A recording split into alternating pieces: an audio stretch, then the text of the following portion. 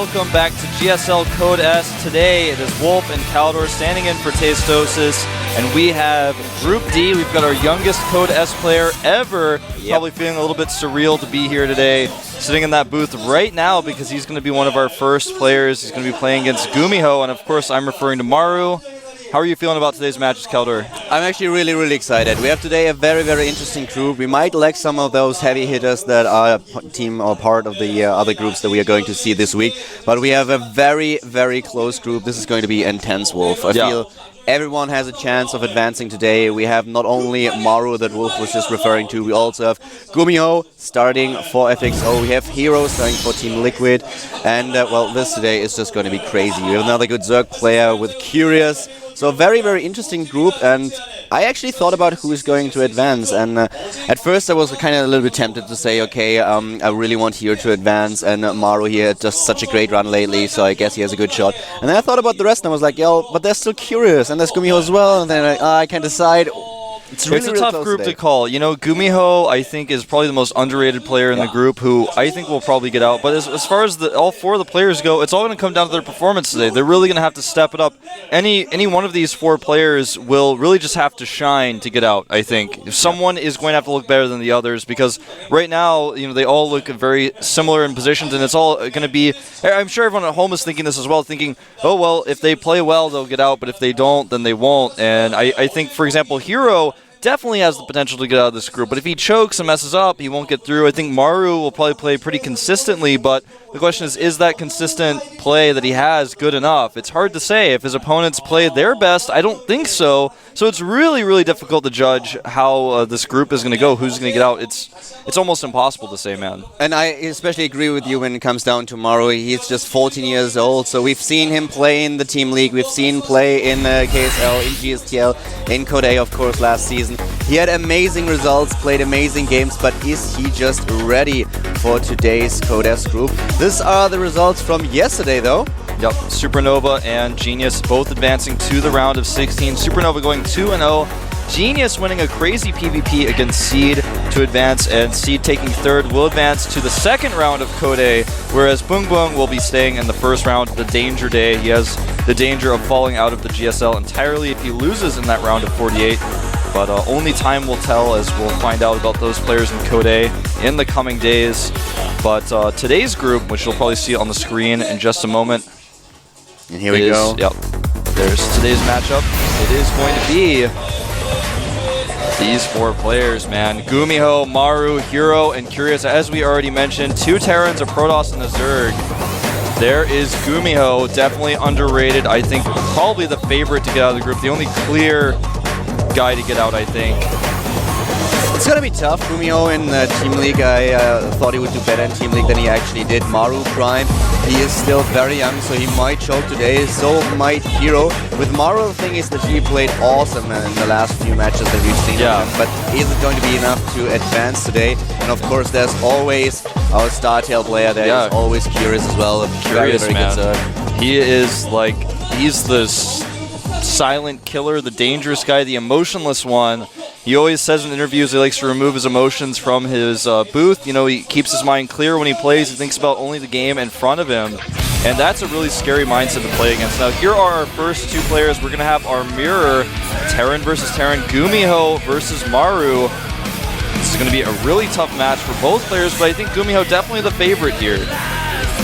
Shown awesome TVT in the past. So has Maru, though, almost taking out Nada in Code A. He got 2-0'd, but the fact of the matter is he looks so strong in those games, even playing from behind, that if GuMiho makes any real mistakes here, he might just die to Maru's macro game. But the other thing to worry about is Maru's cheesy style. It might come through as well.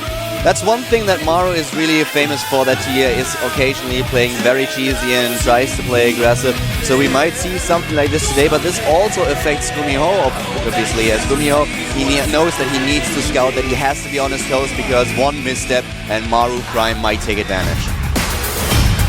We're going to start with our first game, ladies and gentlemen, here at Code S today, with Wolf and Kaldor, with our first game on a Tier Shipyard.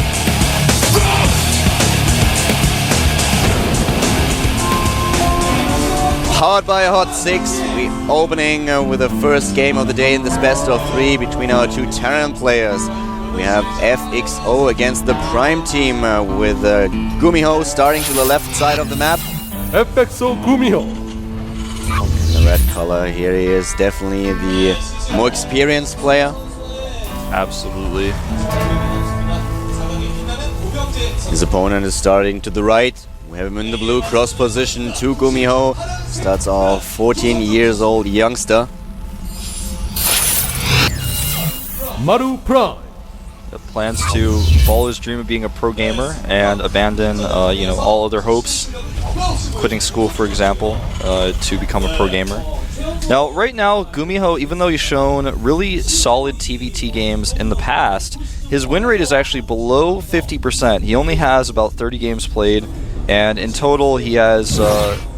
actually, no, I take it back. He's got about 60 games of TVT played at 32 wins and 35 losses. I was going to say that number seems really small. So he's got a 47.76 win rate right now in TVT, which is slightly below 50%, but he's playing against Maru, like you said, someone who has a lot less experience than he does, and I think he's definitely the favorite here. Now, neither player has taken gases right away, and they're both scouting early with SCVs, so they may be able to scout that their opponents are going one racks expand. The scout for GuMiho is just fast enough to where he will barely break through and scout, but his opponent will not likely be able to see the same, especially because the wall has already been made now, so he will not know what is going on in GuMiho's base. And while you're talking about the statistics for GuMiho, Maru, we have him with a 63% win ratio, but the problem about Maru is because he just kind of made his big splash. We now have him with only a sample size of roughly 20 games played in TVT, so a very small sample size for a Prime player. That's why it's not really all this significant. You can see, obviously, at the winner prediction down there, GuMiho much more favored than his opponent. And ooh, look at this. A really interesting choice by Maru, since his opponent scouted very quickly. He's going to add double gases before Command Center by the looks of things, and his opponent getting his gases a little bit later. And here we have a little bit of information for you as well, considering how GuMiho developed over time with his appearance in the first appearances in Code A and then Code S as well. Yep. Now, with the both players taking double cast after their command centers, from here you can see both players will tech up and get their Viking very quickly, because even though, for example, Maru needs the double gas because he doesn't know what his opponent is doing. It could be a Banshee build. He wants to have that Viking out ASAP. But GuMiho, on the other hand, will probably just mech from here. He may even, he probably won't skip the Viking, but he can if he wants to. He has a lot of different options because he knows his opponent's going for that one racks expand. And he knows he's been able to deny his opponent that information as well. He even holds the watchtower right now. So GuMiho is very in the know right now. He's kind of the boss of this game at this point. At this point, he definitely has the scouting advantage over his opponent, and Maru is playing very cautious here. He has the bunker up at the ramp already, and as we already mentioned, we will see if he is really in this mindset where he can win.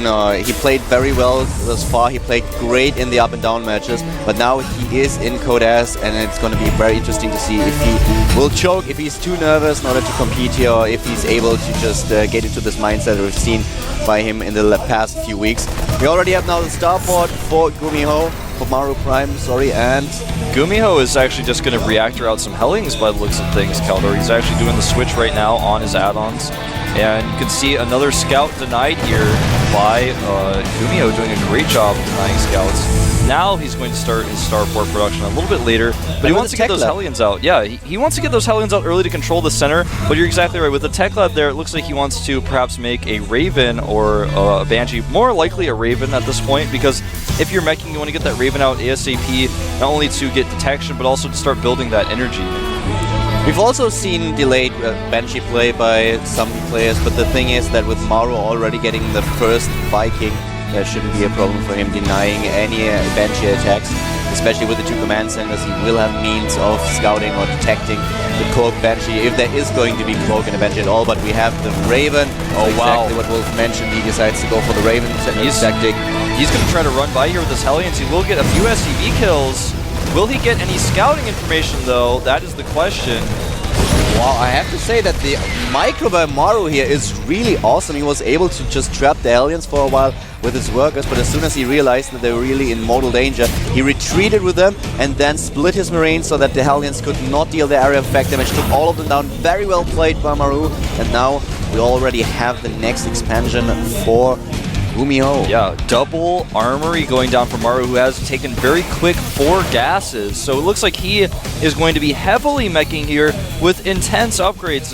This type of upgrade style is hardly ever seen in any matchup, but in TVT it is most common. You see Blue Flame being researched for GuMiho, who is also meching here. It looks like Maru just wants to build another reactor. Now we may see him try to take control of air early on using that reactor to try to pump out Vikings, and I don't think we're going to see any plating upgrades for vehicles. I think instead we're going to see ship weapons on the Vikings researched from that second armory. We'll probably see him try to just take air dominance and push across the map slowly but steadily. I don't believe he knows about GuMiho's third command center though, which is something that he really needs to find out ASAP, because if he doesn't know about that, he's not going to be able to punish accordingly or even expand to take advantage of it. And as you just explained, air dominance is something that is really, really important, but right now we have it with the plating and the attack upgrades for ground. That's really unusual to have the plating upgrade. If you're able to get the upper hand in the air battle, then your opponent will be forced to use a lot more scans in order to make use of his siege tanks and the siege mode to grant them this vision that they need to make use of their full range. So while you will be able to just get one mule after another, your opponent will have to use a lot more scans and therefore lag behind in economy. Very important to win the air battle. Yeah, but right now, GuMiho is making 2 Vikings at a time and 2 tanks at a time. He's going to take an early Viking lead here. He's now starting his armory. Now, it begs the question, what is the plating for? The plating could just be to have better armor on his tanks against any potential bio play, or just his opponent's siege tank fire. Right now, he's just producing, he started his Viking production now, but he has no mech units on the way. He's getting Blue Flame, no Thors, no tanks. He did get a few tanks out early on, but he's halted production. Now he's getting some Hellions out. But this style from Maru is very unusual, never really before seen. He checks for a third command center, but unfortunately will not see the real command center, which is actually floating over now. Exactly, he's just getting into position. At this point we have a bit of a supply advantage for GuMiho, just a slight advantage, and he's getting now upgrades as well. And the scan reveals all the production buildings for Maru. And also we have Ravens for both of these players. The tank count is roughly the same. We have a slight advantage for GuMiho in the Viking count, which can be really important in the later stage of the game. But of course also these Ravens with a point defense drone will play a huge role.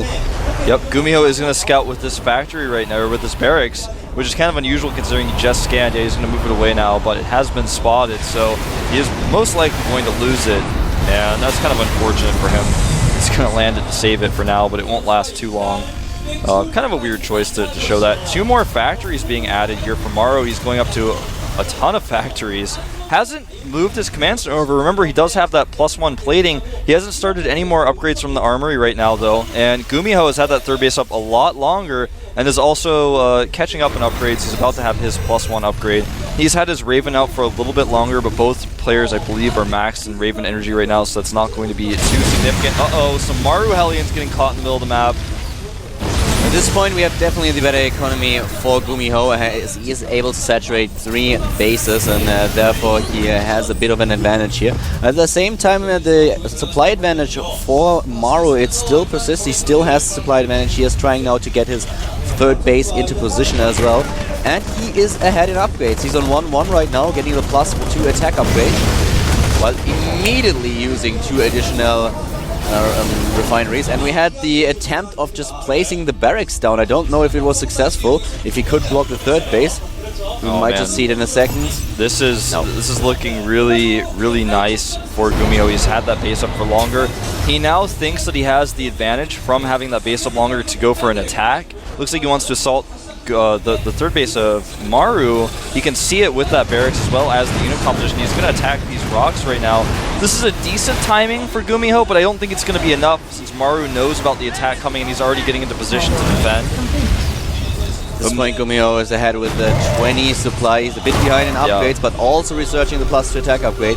He's lagging behind, halfway done for Maru, who's getting 2 additional command centers. This Viking engagement is going to be so crucial. Yes. If whoever wins the Viking engagement will probably win this battle in one way or another. Neither player will necessarily win as a result, but We're going to see some pretty big harassment here. Auto turrets being dropped. He's going to land his Vikings. This is a really bold move.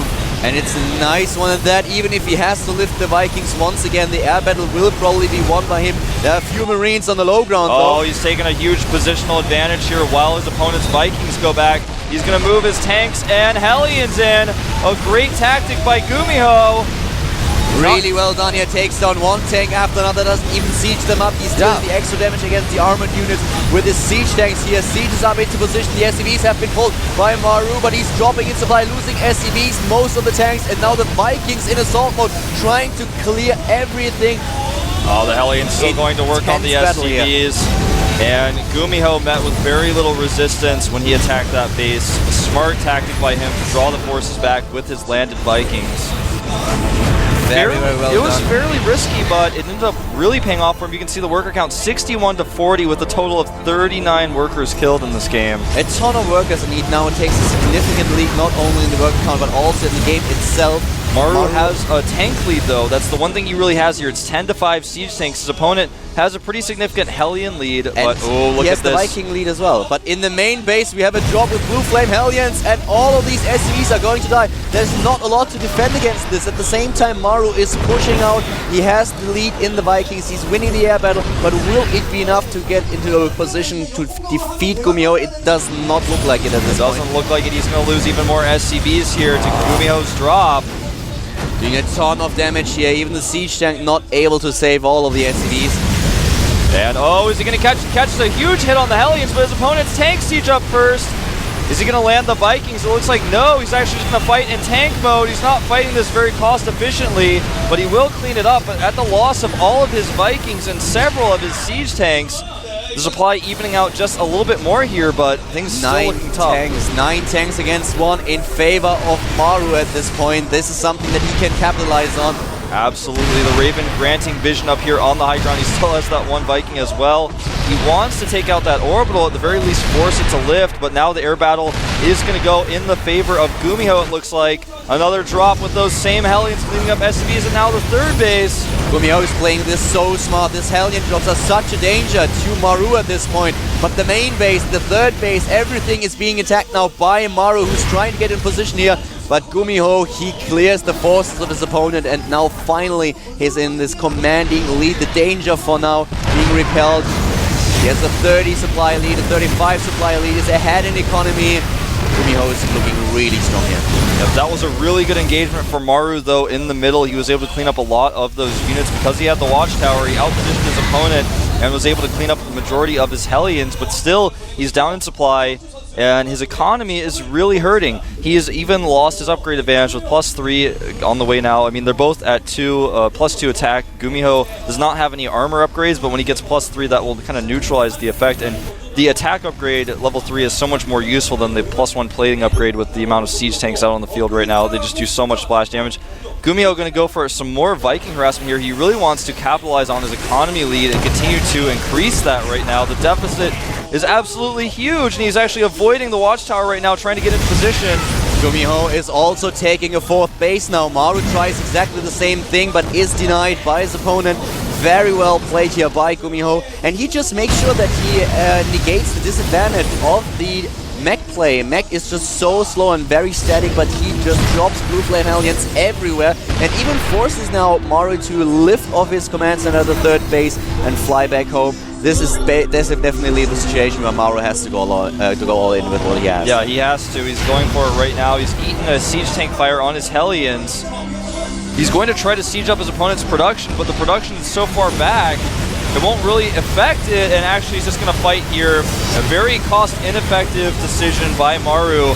Even though GuMiho doesn't have as many units at home, because he has the defender's advantage here, it looks like he will clean up, especially with his reinforcements coming back through here, and this is going to be GG. GuMiho, he pulls the SVs just in case, blocks a few tanks, takes them down.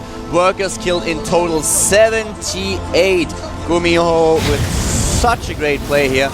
Yep, looks like the Towel Terran is going to succeed in Game 1. Even has that 4th base at the 9 o'clock position that you were mentioning earlier. Up 4 times his opponent's income, 68 Harvesters to 33, with +3 weapons about to finish, and with the amount of siege tanks on the field, that amount of damage is just scaled so much so useful to have, and yeah, this is getting insane now, especially with the +3 attack upgrade nearly done. He's nearly doubling the supply of his opponent as well, with 150 to roughly 87. Sieging up at the low ground, dropping into the main base and trying to lay siege not only to the supply depots but also, of course, to the production facilities of Maru Prime, who tries to get into position with a run by. That's the only thing that he can hope for at this point. Yeah, not really controlling it at the moment though, and it's actually going to get flanked by tanks on both sides. It's cleaned up. In the meantime, he's starting to lose hit points on his command center. He's trying to position his own tanks in defense, but he just does not have enough. Even with the air superiority here, it just doesn't matter. He can just retreat back to the safety of the rest of his siege tanks. GuMiho has twice as many tanks as Maru. He has 16 to 8 at this point. He's losing a lot of resources on repairing that orbital, resources he cannot afford to lose considering his economic position in this game. 170 supply to 90 supply right now, and GuMiho is not stopping the aggression. His third base is now fully saturated, up and running at the 9 o'clock position, and he's going to make another command center there, in fact, because he's that ahead. Made a nice wall in as well, so that the Hellions can't actually just sneak into the mineral line and take them down. At this point, Maru doesn't even know about the base, but even if he knew, he would have a hard time just taking down the SCVs of his opponent. So very well and very cautious play by GuMiho, even at this stage where it's already so far ahead. The tank's doing so much damage with their +3 to these Hellions, but also to the command center in the main. GuMiho's taking control of the air in the main base, 2 Vikings to 1.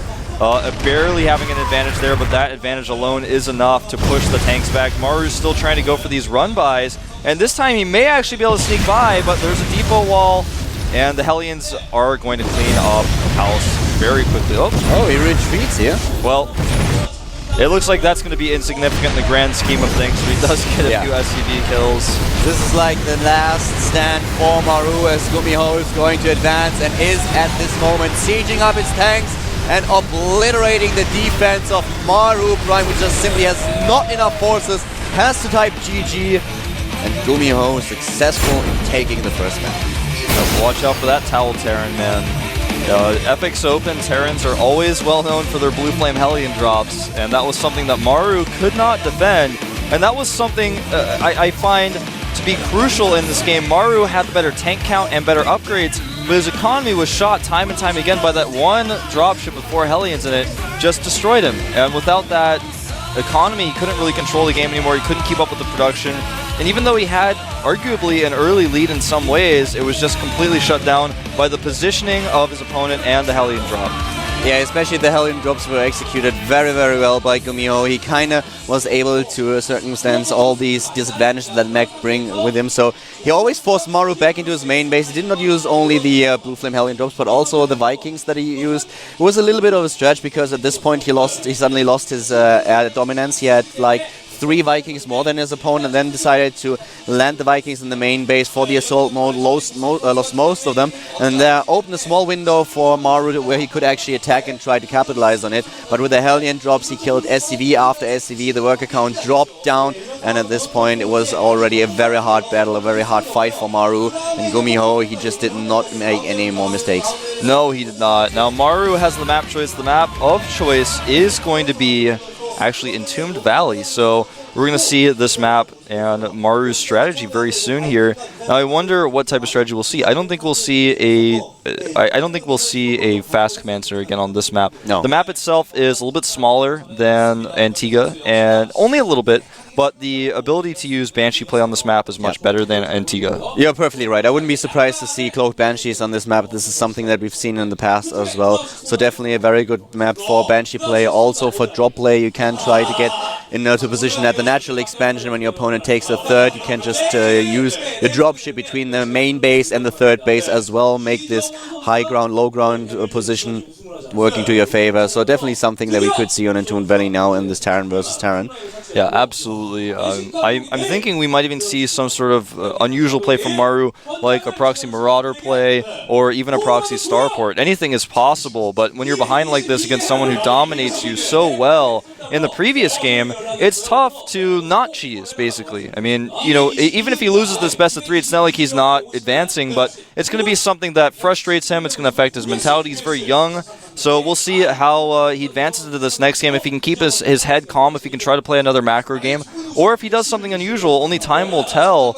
But I'm really curious to see what he's going to do, because it's hard to say on this map that he's chosen. It's a better map for proxies, but it's still a 4-player map, and it's not something that you will do necessarily.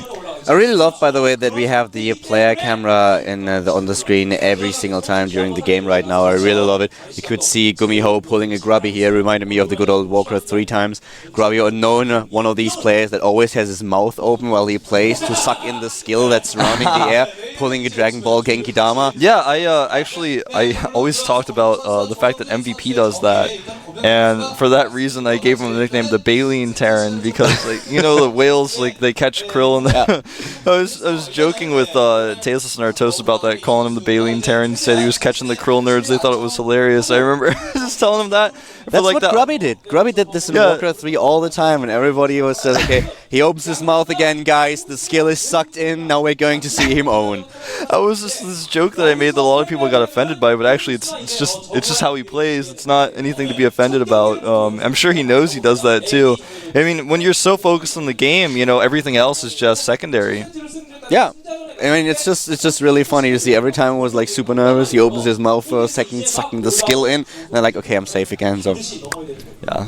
Nah, just really funny to see those players. It's great that we have the cameras, because sometimes, for example, when Leenock was playing, we saw Leenock just being so happy in one of his last games, and his opponent like standing there and exactly knowing that he's going to lose the game. So seeing the players' reaction to exactly what's happening is something that I really, really like and appreciate. I love the full screen of the player camera, because if you have it in the corner, it's great, but it's just not quite the same. It's not quite enough. You don't capture everything. But the full screen and high quality, that's pretty awesome. I like that. And guys, if you love it as much as we do, then definitely send a tweet to @GOMTV and let them know, because if they get your feedback and realize, okay, this is something that people really like and appreciate, that's definitely something that you need in when you when you make new changes. You want to have some direct feedback, so definitely do this and tweet at @GOMTV if you like it as well. Yep. And now here is some information about the ticket sale. Now, until the day of the finals for GSTL, there is a 10% off sale for GSTL. So take that into consideration if you're considering buying a ticket. Now is the best time to buy a yearly ticket, get 10% off. You can even use your $5 off that you got in your email on this as well. You can stack them together to get a really big discount. So you have a lot of different options there. So if you're thinking about getting the ticket, now is a good time.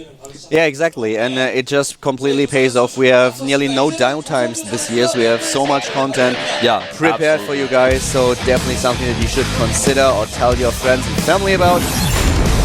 And we are heading into game number 2. Yep, it is going to be on Entombed Valley. And Maru are getting ready here. And these new jackets for the Prime team, they look just awesome. It's the Star Wars style. The Jedis are back. You know, the hood that they used to have, Hongan would always wear it. He'd always have his hood up when he sat on the Team League bench. That's why I call him the Sith Lord Protoss. But now they have the Jedis coming in. I always like Prime's clothes. Epic's Opens jersey's pretty cool too. And we are going to jump into game 2. GuMiho 1 win away from going to the winner's game. We'll see if Maru can turn it around and tie it up 1-1 here at the GSL Codes. Caldor and Wolf.